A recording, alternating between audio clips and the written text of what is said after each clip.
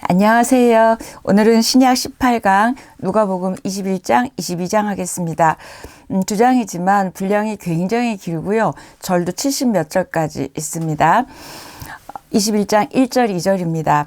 예수께서 눈을 들어 부자들이 헌금함에 헌금 넣는 것을 보시고 또 어떤 가난한 과부가 두렙돈 넣는 것을 보시고 헌금을 두렙돈밖에 넣지 않았어요. 근데 그걸 예수님이 보고 계셨대요. 1렙돈, 그러니까 한 렙돈이 일반 노동자의 하루 품삯이 1데나리온이잖아요. 이 1데나리온의 100분의 1이 렙돈이래요. 그러니까 2렙돈이니까 한 데나리온의 50분의 1이니까 얼마 되지 않는 금액이죠. 부자들은 풍족한 중에서 헌금을 했고 과부는 그게 생활비 전부였대요. 그러니까 전부를 넣었느니라. 예수님이 그걸 다 아셨어요. 전부를 넣은 것까지 아셨어요. 이 여인을 칭찬하는데 이 칭찬의 대상이었던 이 과부의 이 두렙돈은 사실은 왜 칭찬을 받냐면 액수로 칭찬을 하시는 게 아니라 남은 걸 가지고 칭찬을 하시는 것 같아요. 부자는 그중에서 일부를 떼어서 내도 영향 안 받겠죠. 그러나 아무리 큰 금액을 한다 해도 남아있는 게 많다면 칭찬의 대상이 아니네요. 보니까 조금 냈지만 남은 것의 기준으로 칭찬하시는 예수님의 기준을 보게 됩니다. 놀라운 헌신이죠. 제가 저에게 비추어 볼 때 생활비 전부를 넣을 수 있을까? 저는 못하겠는 거예요. 아직도 멀었습니다. 예수님의 이 기준이 얼마나 많은 액수를 넣었느냐가 아니라 얼마나 나에게 중요한 것을 넣었느냐를 보고 계십니다.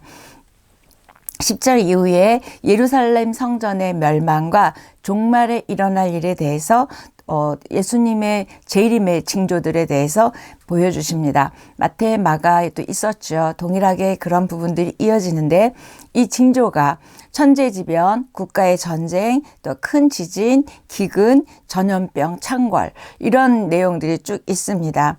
특히 하늘에서는 무서운 일과 큰 징조들이 일어날 것을 말하고 있습니다. 19절에 너희의 인내로 너희 영혼을 얻으리라. 마가복음 할 때 제가 누가복음 살짝 이거 얘기했었잖아요. 너희의 인내로 너희 영혼을 얻으리라. 그러니까 우리의 그 참고 기다림이죠. 그러니까 결국 믿음은 기다리고 버티고 견디는 것이 믿음입니다. 그럴 때 우리의 영혼을 얻을 줄 믿습니다. 24절 그들이 칼날에 죽임을 당하며 모든 이방에 사로잡혀 가겠고 예루살렘은 이방인의 때가 차기까지 이방인들에게 밟히리라 이렇게 되어 있어요.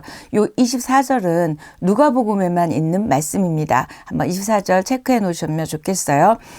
그들이 떠난 예루살렘은 이방인의 때가 차기까지 이방인들에게 짓밟힐 것이다. 이 말이 뭐냐면 이방인의 때라는 건 이방인들 중에서 구원받기로 예정된 사람들이 있을 거 아니에요. 그 구원받기로 예정된 사람들이 모두 죽게 돌아올 때를 말하는 게 이방인의 때입니다. 26절 사람들이 세상에 임할 일을 생각하고 무서워함으로 기절하리니 이는 하늘의 권능들이 흔들리겠습니다.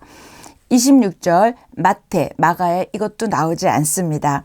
여기에 보니까 무서워함으로 기절하리니 이는 하늘의 권능들이 흔들렸습니다.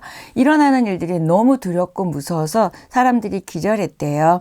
그리고 쭉 이어지면서 34절에 보니까 너희는 스스로 조심하라. 이 마지막 때 징조에 대해서 쭉 이야기하신 다음에 스스로 조심하라. 그렇지 않으면 이 기다리는 이 동안에 술 취함, 방탕함, 또 생활의 염려, 그거 밑줄 그어주세요. 술 취함, 방탕함, 생활의 염려 때문에 마음이 둔하여진대요. 마음이 둔하여지는 건 곧 주님이 오심을 그런 징조를 보았지만 그거보다 더 급한 생활의 염려나 술 취함이나 방탕함이나 이런 것들로 인해서 우리가 둔하여졌을 때, 그러니까 알아차리지 못하고 영적이지 않을 때 어떻게 온대요? 그날이 과 같이 너에게 임하리라. 그 종말의 징조에 대해서 말해주시고 지금 이렇게 얘기합니다. 여기에 마음이 둔하여지고 밑줄 그으세요. 마음이 둔하여진다는 건 뭘까? 영적인 없고, 그다음에 영적으로 무뎌졌기 때문에 알아차리지 못하는 거죠. 특히 영적인 일들을 알아차리지 못하는 거죠. 그러면 우리의 이 마음을 둔하게 만드는 게 뭐냐면 지금 방탕이고요. 그 다음에 술 취함이고요. 또 쾌락을 쫓는 생활이고요. 무엇보다도 생활의 염려라고 합니다. 이 생활의 염려가 영성을 죽이고 있습니다. 왜냐하면 그게 다인 것 같다 보니까 우리의 에너지는 총량이 있거든요. 근데 이 에너지 총량을 그런데 생활의 염려에 다 쓰고 나니까 말씀 볼 시간, 은혜를 나눌 시간 이런 것들이 없죠. 모든 에너지가 그쪽으로 가게 되죠. 그 말씀을 하고 있습니다. 19장 47절에 보면 예수께서 날마다 성전에서 가르치시니 이렇게 시작했었어요. 19장 47절 어제 거죠. 거기 돌아가셔서 47절의 밑줄부터 보시면 예수께서 날마다 성전에서 가르치시니 거기서부터 오늘 이 마지막 장까지가 예수님의 성전 교훈이 21장 끝절로 마무리합니다. 그러니까 19장 뒷부분부터 20장, 21장 그 성전 교훈이죠. 말씀하시는데 거기 마지막 절에 뭐라고 되어 있냐면 21장 38절인데요. 모든 백성이 그 말씀을 들으려고 이른 아침에 성전에 나아가더라. 여기 모든 밑줄 그시고 이른 아침 그시면 좋겠어요. 모든 사람이 일찍부터 말씀을 들으러 간다. 이게 뭘까요? 말씀을 듣기 위한 사람들의 열심이죠. 모든 사람이 이른 아침부터 말씀을 배우러 막 성전으로 갔다는 거예요. 왜 이 말씀이 이렇게 마지막 절에 있을까 생각해 보니까 이 모습이 마지막 때를 사는 성도의 모습이어야 하고 또 교회의 모습이어야 되기 때문이 아닐까 저는 그런 생각을 했습니다. 영적으로 무디어지지 않고 우리가 깨어서 주님의 말씀에 순종하고 준비하고 살아가려면 말씀이 아니고는 우리는 이렇게 깨달을 수도 없고 살 수도 없어요. 그래서 모든 사람이 아침부터 성전에 모여서 말씀을 배워야 되는 것을 말하고 있습니다. 결국 세상의 종말을 준비하는 삶은 또 대비하는 삶은 무엇이냐면 항상 기도하고 깨어있는 삶을 살라고 하셨잖아요. 그럼 우리로 하여금 무엇으로 인하여 깨어있게 하고 우리를 무엇으로 하여금 기도하게 하느냐는 거예요. 말씀입니다. 그래서 요즘 우리 교회에서도 계속 90일 성경 읽기 하고 또 우리도 신약하고 말씀 많이 강조하는 이유가 이렇게 말씀으로 하여금 우리를 깨어있게 하고 말씀으로 하여금 우리를 기도하게 하고 말씀으로 하여금 이 종말의 때에 어떻게 살아야 할지를 배우기 때문입니다. 결국 주님의 말씀입니다. 그래서 말씀 충만 이퀄 성령 충만입니다. 말씀은 하나님의 영이기 때문입니다. 주님의 말씀, 성경은 창세기 1장 1절부터 계시록 마지막 장 마지막 절까지 보면 하나님의 구원의 경륜과 그다음에 십자가의 복음의 진리, 또 우리 각자를 향한 인생의 목적과 의미와 뜻들이 들어있죠. 그래서 말씀이야말로 우리를 무디어지지 않게 하고 영적으로 긴장하게 하고 마지막 때를 믿음으로 소망하게 한다는 것입니다. 저 여러분이 이 주님의 때 점점 우리 많은 징조들이 점점 가까워옴을 느끼잖아요. 그렇게 주님의 재림을 준비하는 삶을 살기 위해서 우리가 주님의 말씀을 열심히 배우고 머리로만 아는 게 아니라 그 말씀이 내 안에 살아있어서 종말의 때를 살아가는 우리이기를 축복합니다. 그래서 성전에서 주의 말씀을 듣는다는 것은 결국 듣고만 끝나는 게 아니라 믿음으로 순종하는 가운데 그분의 임재를 느끼고 그분의 능력을 경험하고 결국 임재를 느끼고 능력을 경험하는 것이 하나님 나라의 삶의 본질이죠. 그래서 이렇게 우리들의 심령부터 하나님의 나라가 이루어지고 있을 때 그분은 언젠가 바로 우리가 깨어있을 때 오실 줄 믿습니다. 예수님은 말씀하시죠. 종말의 때가 반드시 임할 것이라고. 그렇다면 우리가 어떻게 그날을 소망하고 준비할 수 있을지 오늘 21장을 마무리하면서 드리고 싶은 세 단어는 영적 긴장이죠. 그다음에 영적으로 준비하죠. 영적 준비죠. 그다음에 영적 긴장을 하고 영적 준비를 하는데 방해하는 것들이 있죠. 영적 전쟁입니다. 이 세 단어 영적 긴장, 영적 준비, 영적 전쟁. 자, 영적 전쟁은 또 나중에 언젠가 제가 또 한번 강의하고 싶습니다. 영적 전쟁은 뭐 내가 뭐 하려고 그러면 방해하는 것도 영적 전쟁이라 그러고 또 내가 좀 아파도 영적 전쟁이라 그러는데 그런 차원이 아니라 우리가 말씀으로 충만한 삶을 살아야 되는데 그렇게 충만하게 하려고 하는 것들을 막는 많은 일들이 있잖아요. 그걸 바로 영적 전쟁인데 그때 나중에 또 우리 한번 깊이 생각해 보겠습니다. 22장입니다. 22, 23, 24. 그러면 이제 누가복음이 끝이잖아요. 이 22, 23, 24장은 예수님의 고난과 부활에 대한 이야기입니다. 그래서 순환장이라고도 하고 또 부활도 들어 있습니다. 특히 이제 22장은 예수님의 순환과 부활 기사에 처음 시작한 22가 처음 시작하니까 처음 시작하는 부분인데요. 1절, 2절.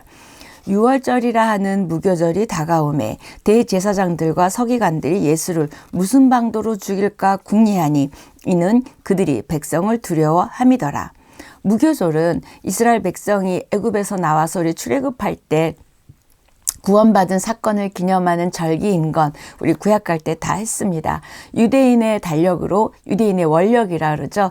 1월 14일부터 일주일간을 지키죠. 7일 동안 누룩을 들어가지 않은 빵을 먹기 때문에 무교절이라고 부르고 그 유월절 어린 양을 잡는 그 첫째 날을 유월절이라고 합니다. 그러니까 그 일주일간의 맨 앞에 유월절 어린 양 잡는 날은 유월절이니까 통상 유월절과 무교절을 그냥 같이 쓰고 있습니다. 그게 지금 1절, 2절의 내용입니다.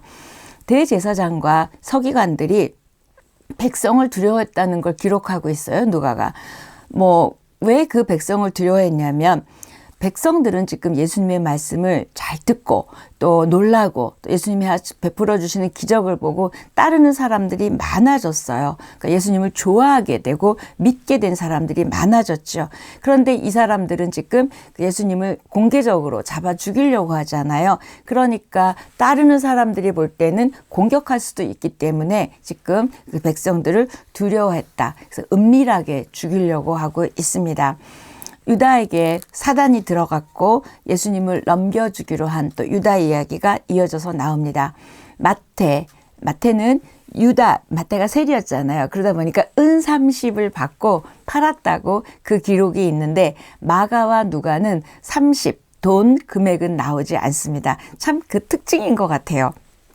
그래서 유다를 통해서 사단이 지금 예수님을 죽이려고 하죠. 그러니까 사단은 사람을 통해서 일하죠. 우리 하나님이 사람을 통해서 하나님의 일들을 하는 것처럼 사단도 사람을 통해서 일합니다. 우리가 사단의 도구와 사단의 통로는 되지 말아야 되겠죠. 그런데 지금 유다가 사단의 도구로 지금 예수님을 팔아넘기려고 합니다. 예수님이 이제 유월절이 시작이 됐으니까 유월절 식사를 준비하라고 하지요. 그래서 마태와 마가는 두 제자를 보냈다고 그렇게 기록해요. 어디서 유월절 식사를 할지 두 제자를 보냈다고 하는데 누가는 워낙 구체적으로 쓴 사람이잖아요. 그러다 보니까 제자의 이름을 말합니다. 베드로와 요한을 보냈다고 하고 그러면서 그 유월절 식사 준비하는 것을 나오고 있습니다. 베드로와 요한이 그 유월절 만찬을 준비할 장소에 대해서 예수님께 물어보는 거예요. 어디다 준비할까요? 그랬더니 예수님이 성내에 들어가면 성 안으로 들어가면 물 한 동이를 가지고 가는 사람을 만나게 될 거야. 그러면 그 사람 따라가서 물어보면 큰 다락방을 보여줄 거야. 거기다 준비해. 이렇게 다 하셨어요. 누가 지나갈 건지 어떻게 할 건지 너무 다 하셨어요. 그러면 사실 이 예언이 그대로 성취되는 걸 베드로와 요한은 경험하게 되잖아요. 결국 예수님의 이 시간과 또 장소와 또 그 사람들의 마음, 그렇게 할 거라는 그 사람들의 마음과 이 모든 걸 통제하고 계시고 알고 계시는 주님이심을 베드로와 요한은 경험했죠. 진짜 그대로 됐으니까. 그렇다면 이 말이 그대로 된 것처럼 내가 이제 죽을 거다, 내가 다시 살아날 거다, 이 말도 믿어야 되잖아요. 근데 이 제자들은 사실은 그것까지 확장해서 믿지는 못했죠. 그래서 예수님이 십자가 달리러 갈 때 제자들이 아무도 없었고 또 부활도 아무도 믿지 않았었습니다. 말씀을 그대로 믿으면 되는데 자꾸 우리의 이 인식과 우리의 이 생각으로 우리는 자꾸 말씀을 쳐내고 있는 모습을 지금 제자들이 또 보게 됩니다. 그래서 이 두 제자는 베드로와 요한은 예수님이 지시하신 대로 모든 것을 준비를 하게 됩니다. 모든 것을 준비하시는 예수님이 이 순환에 대해서 예언하신 대로 고난받으실 것을 또 예고하고 그 다음에 살아나실 것을 그 다음 예고합니다. 이걸 깊이 들었어야 되는 이야기죠. 14절에서 16절 보면 때가 이름에 예수께서 사도들과 함께 앉으사, 거기 사도들과 함께 앉으사 밑줄 그어주세요. 여태까지는 제자들이라 그랬어요, 누가가. 그런데 여기 지금 14절부터 사도들과 함께 앉으사. 뭐예요? 사도는 보냄을 받은 자죠. 결국 이 제자들이 예수님이 죽으신 후에 보냄을 받을 거를 지금 누가는 이렇게 함축해서 쓰고 있습니다. 이르시되 내가 고난을 받기 전에 너희와 함께 이 유월절 먹기를 원하고 원하였노라. 얼마나 원했으면 원하고 원하였노라. 이 유월절이 하나님의 나라에서 이루기까지 다시 먹지 아니하리라 하시고. 이게 무슨 말일까? 자, 때가 이름에 유월절이 시작되었다는 말이죠. 때가 이름에 유월절이 시작이 됐어요. 누가는 제자들 대신 사도들이라고 표현해 놓고 이제 뭐라고 말씀하시냐면 예수님이 고난을 받기 전에 내가 너희와 함께 유월절 먹기를, 그러니까 식사하기를 원하고 원했다. 왜 그랬을까요? 예수님은 이 유월절 식사를 하신 다음에 죽으실 거죠.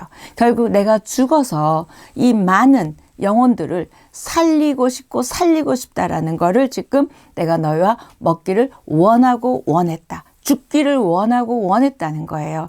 그들이 예수님을 잡아 죽인 게 아니라 예수님이 이렇게 우리를 구원하시기 위해서 죽기를 원하고 원하셨다.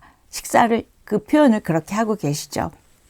결국 이 식사 후에 죽으실 것이기 때문입니다.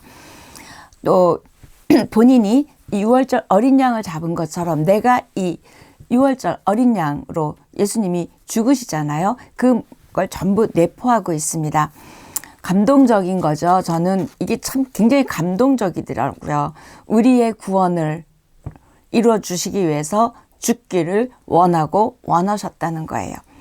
우리를 사랑하시기에 그렇게 하셨다는 거죠. 결국 유월절 어린 양처럼 찢기고 피 흘리는 그 과정에 남아있는 걸 지금 원하셨대요. 우리의 구원을 얼마나 원하셨는지가 원하고 원하셨더라. 믿어 그으십시오. 그 깊은 사랑을 받은 저와 여러분이고 또 그 사랑을 받은 자로 감격하며 살아가는 우리들이었으면 좋겠습니다. 그 다음에 이 유월절이 하나님의 나라에서 이루어진다. 이 말씀은 뭐냐면 예수님의 재림 때 다시 있을 최종적인 그 만찬이겠죠. 최종적인 그 언약이 유월절 만찬을 가리킵니다. 이것은 전에 예수님이 재림 때 최종적으로 실현될 하나님의 만찬에 대해서 이야기했었어요. 그게 어디냐면 12장 37절, 13장 28절, 29절, 14장 17절, 24절입니다. 제가 게시글에 써놓을게요. 이렇게 최종적인 하나님의 나라의 만찬에 대해서 천국 잔치에 대해서 얘기해 나셨던 거죠. 19절, 20절입니다. 떡을 가져 감사기도 하시고 마지막 식사 때예요. 떼어 그들에게 주시며 이르시되 이것은 너희를 위하여 주는 내 몸이라. 너희가 이를 행하여 나를 기념하라. 이 잔은 내 피로 세우는 새 언약이니 곧 너희를 위하여 붓는 것이라. 굉장히 중요한 말씀이죠. 너희를 위하여 주는 내 몸이다. 밑줄. 이건 뭘까요? 지금 이게 떡을 떼어주던데요. 결국 내가 내 몸이 너희들에게 이렇게 대속적인 죽음으로 언약의 죽음을 당하셔서 내 몸을 줄 것이라는 걸 상징적으로 표현하고 있습니다. 그다음에 피로 세우신 새 언약. 그분이 흘리실 피로 인하여 맺어질 새 언약의 복을 상징하는 것이 피로 세우신 새 언약이라 그래요. 언약은 우리 창세기 때부터 보면 있었죠. 창조 언약, 노아 언약, 아브라함 언약, 또 모세 언약 쭉 있었어요. 나중에 다윗 언약까지. 이 모든 언약을 성취하는 것이 지금 이 새 언약이 이루어지는데 흠 없는 어린 양의 보배로운 피로 모두 맺어진 것이다. 이렇게 해서 피로 세우신 새 언약에 대한 이야기를 하시죠. 예수님을 파는 사람에게는 화가 있을 것이다 라고 말씀하시는데 마태복음하고 마가복음에서는 새 언약의 만찬이 그 새 언약의 만찬 전에 나를 파는 자는 화가 있을 거다. 이렇게 얘기했어요. 그런데 이 누가복음에서는 이 만찬을 한 이후에 나를 판 자는 화가 있을 것이다. 얘기해요. 왜 누가는 뒤에 이걸 썼을까? 그러면 이 새 만찬, 그 마지막 만찬을 한 유다는 용서를 받은 것일까? 그게 아니라는 걸 강조하고 싶었던 것 같아요. 누가의 의도는 새 언약의 만찬에 참여하는 것만으로 언약의 복이 주어지는 게 아니라는 걸 말하고 싶었습니다. 그래서 유다는 믿지 않고 예수님의 말씀이나 예수님을 믿지 않고 그 마지막 만찬에 참여했죠. 그것으로는 결코 복이 될 수 없음을 이야기합니다. 그래서 유다는 진노를 피할 길이 없음을 누가가 강조하고 있습니다. 또 예수님의 살과 피를 기념하라고 말씀하셨죠. 이 이야기는 십자가의 고난, 십자가의 은혜를 고백하고 또 그걸 받은 자들은 우리가 하나님과 화평을 누리고 하나님의 통치를 다스림을 받는 것을 기뻐하며 그 큰 기쁨으로 살아야 됨을 지금 예수님의 살과 피를 기념해라. 그걸 받은 자로서 우리는 하나님 안에서 이렇게 살아가는 것이 그것을 기념하는 것이다. 이야기하고 있습니다. 자, 여러분이 십자가의 은혜, 그다음에 십자가의 그 축복을 잊지 않고 기념하고 살아가는 우리이기를 바랍니다. 예수님은 지금도 우리가 날마다 믿음으로 그 십자가의 죽음을 알고 묵상하고 그다음에 그걸 기억하고 기념하기를 원하시고 우리가 그 예수님의 살과 피를 먹은 자고 마신 자이기 때문에 우리 주님과 연합하여 살아가는 자이고 또 우리가 그렇게 연합하여 살아가는 자에게 믿음으로 순종하고 주님과 동행하기를 원하신다는 거죠. 28절에서 30절입니다. 너희는 나의 모든 시험 중에 항상 나와 함께 한 자들인즉 내 아버지께서 나라를 내게 맡기신 것 같이 나도 너희에게 맡겨 너희로 내 나라에 있어 내 상에서 먹고 마시며 또는 보좌에 앉아 이스라엘 12지파를 다스리게 하려 하노라. 28절에서 30절까지 뭐냐면 하나님 나라를 제자들에게 맡기신다는 거예요. 결국 뭘까요? 내가 죽는다는 거죠. 예수님이 죽으신다는 걸 전제로 내가 죽으면 그걸 너희들에게 맡긴다. 그 표현입니다. 31절 32절에 보면 시몬아 시몬아 두 번 불러요. 그럼 제가 여러분이 두 번 부른 게 언제 있었죠? 아브라함이 이삭을 바칠 때 아브라함아 아브라함아 두 번 불렀죠. 그다음에 지금 여기서 시몬아 시몬아 불러요. 급할 때 이 급박성을 나타내고 있습니다. 그러면서 뭐라 그러냐면 사탄이 너희를 밀가부를 하려고 요구하였으나 내가 너를 위하여 내 믿음이 떨어지지 않기를 기도하였노니 너는 돌이킨 후에 내 형제를 굳게 하라. 반복해서 급하게 부르시고 한 말씀이 뭐냐면 지금 사단이 너를 뺏어가려고 한다는 거예요. 특히 또 두 번 언제 불렀냐면 그 사울이 다메섹을 지나갈 때 사도행전에도 하겠지만 사울아 두 번 불러요. 이렇게 강조 급하십니다. 결국 베드로는 배반함으로 인해서 믿음에서 떨어졌다가 다시 회복해서 형제들을 굳게 했다는 걸 우리는 이제 쭉 성경 신약을 아니까 알지만 그때 이 이야기가 아마 베드로는 무슨 말인지 못 알아들었을 것 같아요. 이런 이야기를 해주시고 39절 40절 보니까 예수께서 습관을 따라 감난산에 가셨대요. 거기 습관을 따라 밑줄. 습관을 따라 기도했대요. 여러분이 저와 영적인 습관이 거룩한 습관이 있어서 그 습관에 따라 말씀 보고 습관에 따라 선행을 하고 습관에 따라 기도하는 우리를 축복합니다.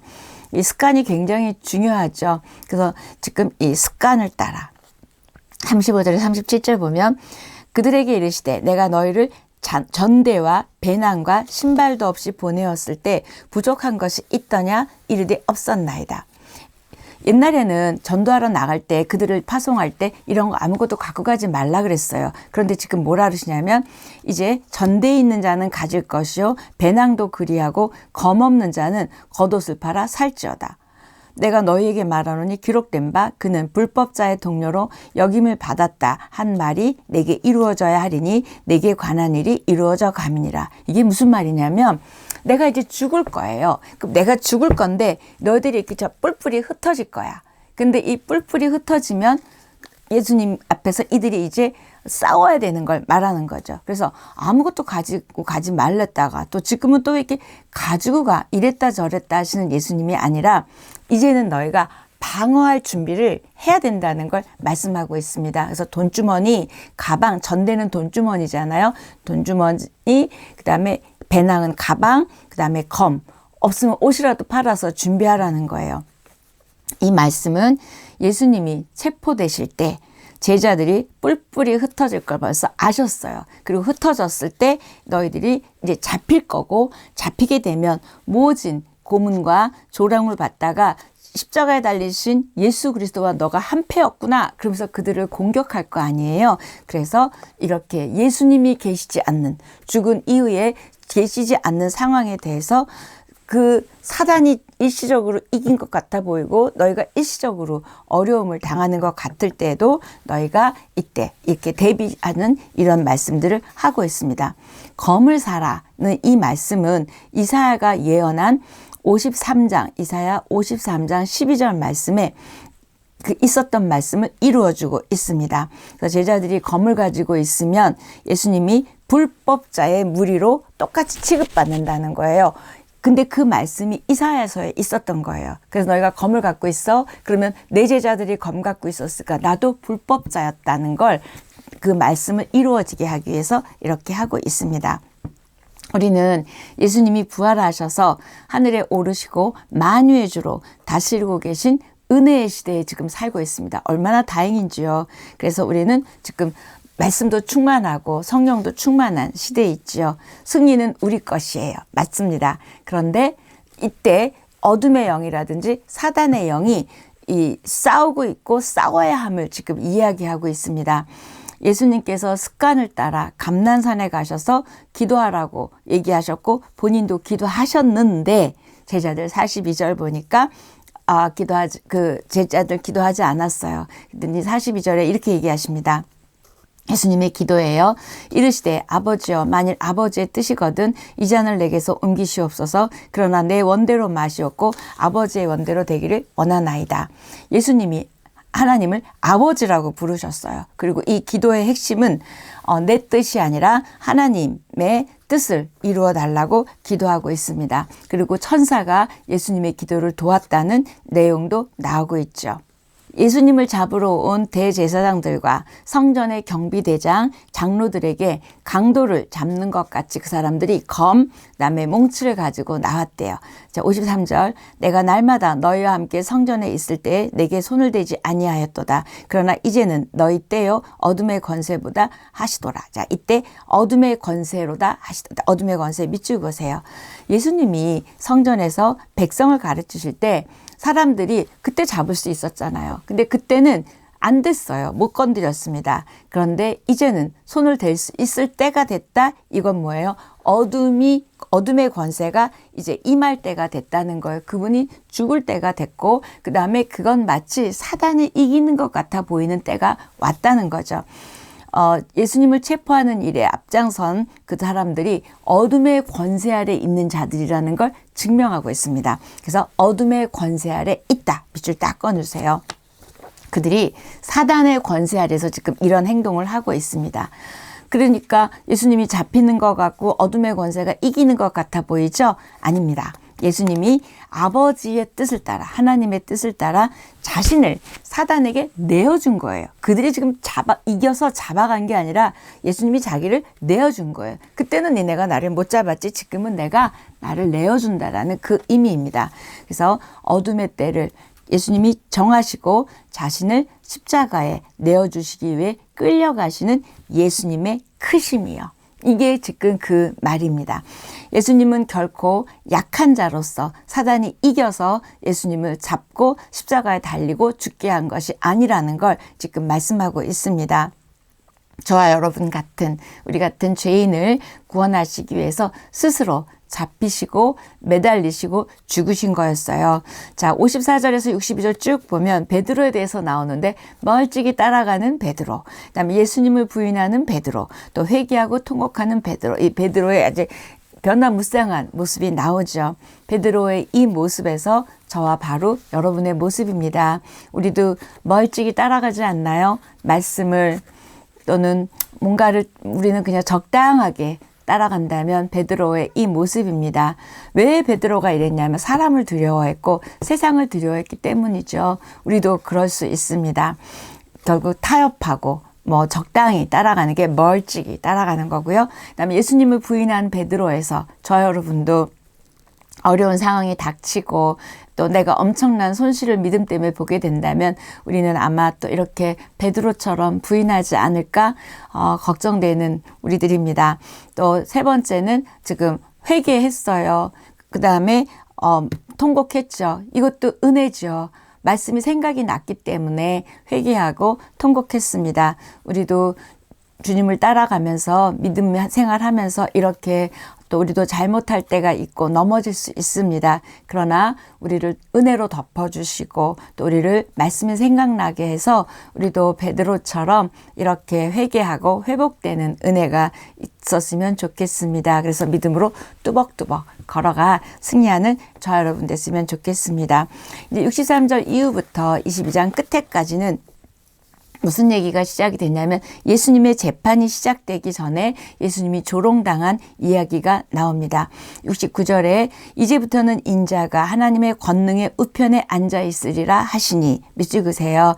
예수님이 이제 인자로서 하나님의 권능의 우편에 앉아 있을 것을 선포하셨습니다. 마태는 권능의 우편이라 그랬고 마가는 권능자의 우편이라 그랬고 누가는 지금 이 누가복음을 읽는 사람 이방인들이었잖아요. 그러니까 이방인들이 좀 잘 알아듣게 하려고 하나님의 권능의 우편이라고 하나님을 붙여주는 거예요.